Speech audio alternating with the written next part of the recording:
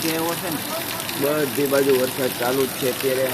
દેશર ગુજરાતમાં પણ જુઓ તમે, ધંધાર વરસાદ ચાલુ છે. આ વરસાદ એક નિશાની આપે છે જે લોકોને સમજાય એ સમજાય.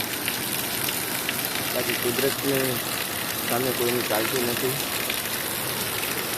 અને કોઈનું ચાલશે પણ નહીં.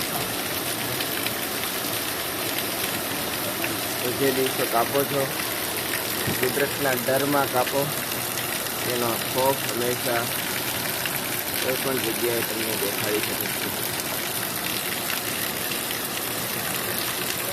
મારા શબ્દોથી તમને કંઈ તકલીફ પડી હોય તો માફ કરજો.